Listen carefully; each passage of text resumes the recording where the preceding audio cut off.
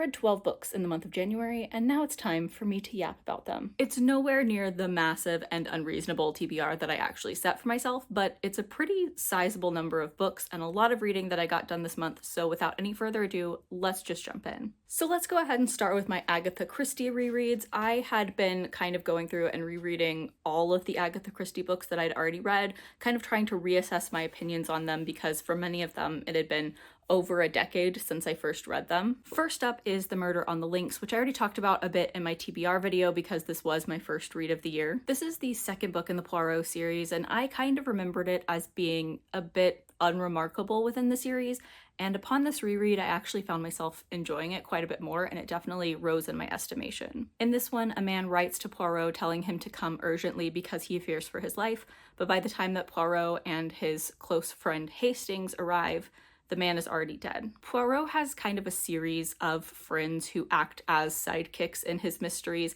Hastings is possibly the most prominent one and also probably my favorite. Usually he's a bit of a lovable idiot. In this one, he's more of a frustrating idiot because he makes some really stupid choices, so I did not have as much fun with him in this one. But overall, definitely a very solid Christie. This one's kind of right in the middle of my rankings. I've been struggling to give out star ratings lately, so bear with me here, but this one's somewhere in the 3 out of 5 range, maybe a 3.5 out of 5. Next up was the ABC Murders, which is another Poirot. It falls kind of in the middle of the Poirot series. I think it's like 15th or 16th. In this one, Hastings once again acts as Poirot's sidekick in a serial killer mystery where people are dying one by one based on the letter in their name, starting with A and presumably going through Z. In my memory, this was my favorite Poirot novel that I had read, and upon a reread, I don't think it quite stands up to that memory. Still very solid, but I think I have read better Poirot novels, better Christie novels. I think this one I put slightly above Murder on the Links, so still in that like 3 or 3.5 star general vicinity. I think that some of the like narrative storytelling choices in this one are really interesting,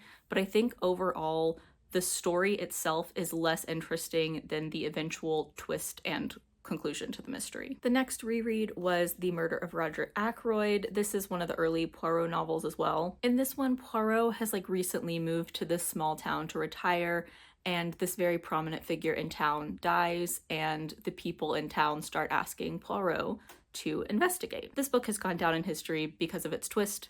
It's a very famous, iconic, well-known twist.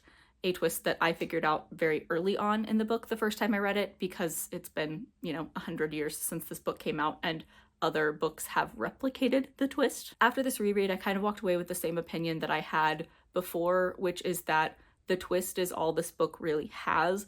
Otherwise, I think it's pretty forgettable in the grand scheme of Agatha Christie books. Certainly not bad. I think I still gave it a 3 out of 5. I like this book.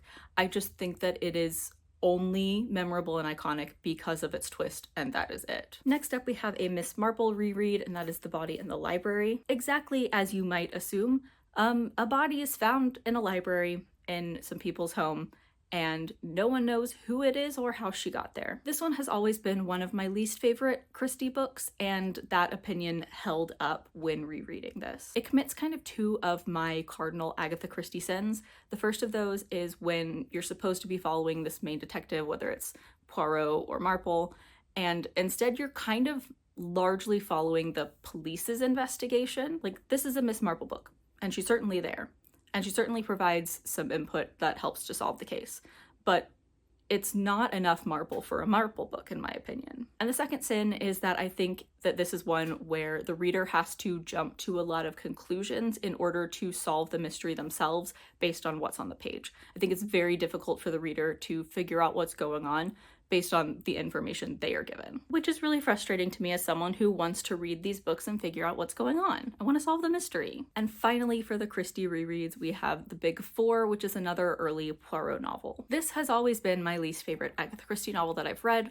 I have only read like 15, 16 of them, so it's not like I've read all of them, but this one has always been my least favorite, and that opinion still stands. In this one, Poirot and Hastings learn about this crime ring called the Big Four, and they spend the entirety of the novel kind of trying to identify the people in this crime ring and bring them to justice. This one really feels like a collection of short stories. It's very episodic in nature, and it's also very goofy for a Poirot.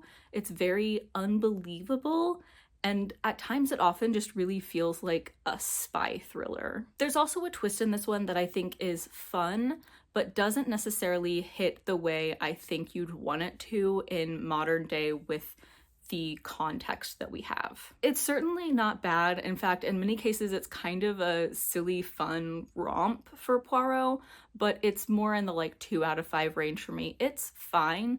It's just not one of my favorite Christie novels. Also, I assume that no one actually watching this video will understand this reference, but throughout that entire book, I could not help but think of Danganronpa 2, The Ultimate Imposter, the entire book. That's all I could think about. So goofy. Next up, let's move on to the 2 Murakami novels that I read in January, The City and Its Uncertain Walls, and Hard-Boiled Wonderland and the End of the World. I actually started this one in December, not long after its English language release, and it took me quite a while to get through it, but I did eventually finish it in like early to mid-January. And then I discovered that the 2 of these books are both based on the same short story that Murakami wrote back in the 80s, I believe. And that made me want to go ahead and pick up Hard-Boiled Wonderland and The End of the World. And I'm talking about both of them together because although I knew there was that connection between the 2 of them, I did not realize just how similar these 2 books would be. Because both books do feature dual narratives, and there was one narrative, one plot, that was nearly identical in both books. In both of these books, one of the 2 narratives is set in this city that's surrounded by walls.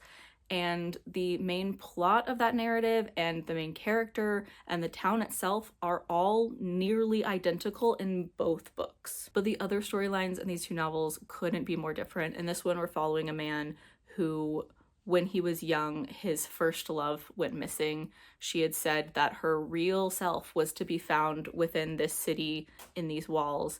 And ever since then, he's hung on to that memory of her and wanted to know what happened to her. Meanwhile, Hard-Boiled Wonderland and the End of the World is fairly action-packed for a Murakami novel. It's certainly not like an action novel, but it's more fast-paced than a lot of his novels are. And it follows a man who becomes privy to some very dangerous information and his attempts to stop the end of the world from coming. Personally, I think that the dual narration and the parallel narratives were more successful and more cohesive in Hard-Boiled Wonderland. However, my biggest constant complaint with Murakami is the way that he writes women, and the misogyny in this one is very strong.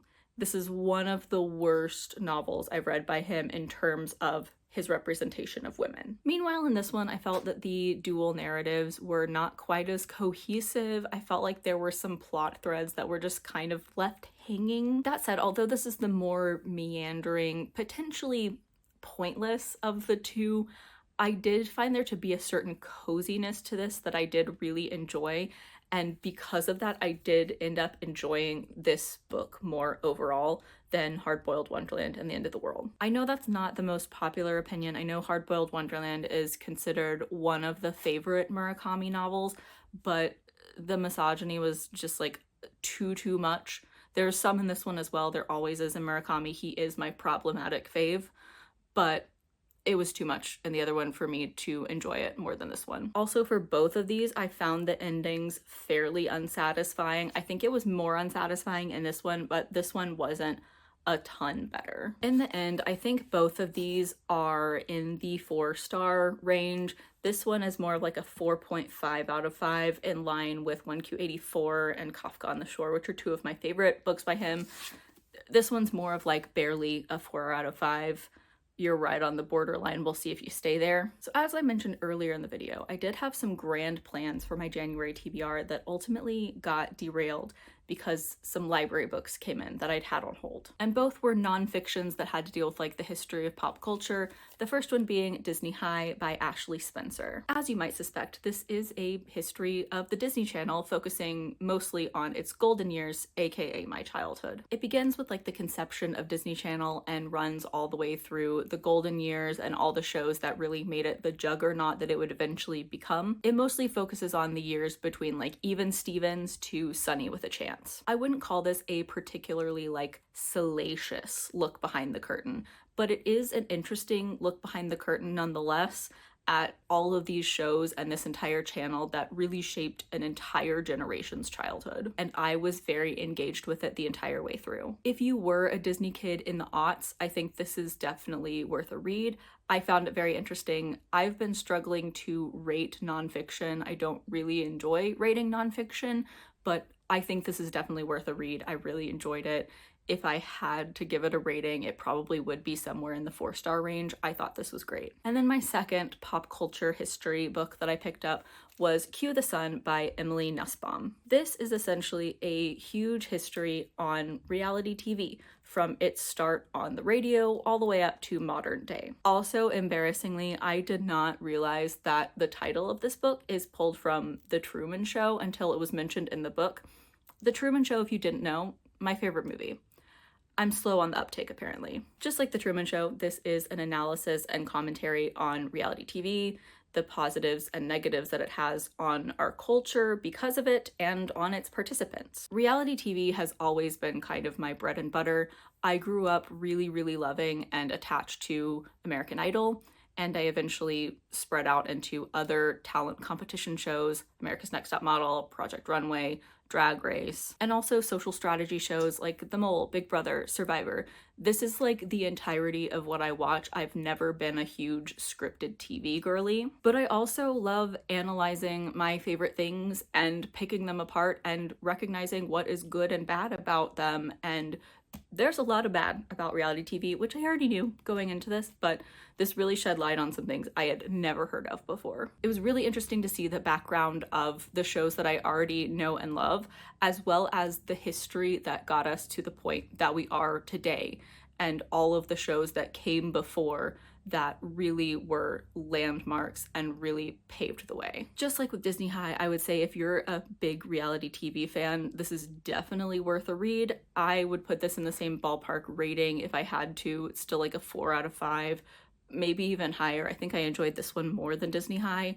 Just really, really fascinating look back at the history of reality TV. And then finally, we've got my books for my writing semester that I read this month. If you didn't know, I am giving myself a writing semester throughout the first 4 months of the year. I'm essentially giving myself some required reading. I'm watching some Brandon Sanderson lectures, and I was required to read 3 books this month for that. I chatted in my TBR about the elements of style already, so I'll keep this short and sweet. I've always heard this spoken about as required reading for anyone who wants to write. And I think that is probably still mostly true, but there are certainly some very outdated things in here for a modern fiction writer. So like with most writing advice, it's understanding what is useful and what is not useful. Next up, I read Story Genius by Lisa Kron. This is a very practical, like step-by-step guide to use alongside developing your novel that really taps into what makes readers pick up your book and continue picking up your book and not set it down. It focuses really heavily on what the writer calls the third rail, which is your character's underlying like misbelief that guides them and how that's going to be upturned. And I was supposed to read this over the course of 2 weeks this month, and it took me nearly 3 weeks because I found myself really wanting to take time and truly develop the story I was working on alongside this book, which takes a lot longer than you would think it would take. What I ended up doing was I ended up tabbing all the spots where you're supposed to like take action so that I can return to this, because truly I think this,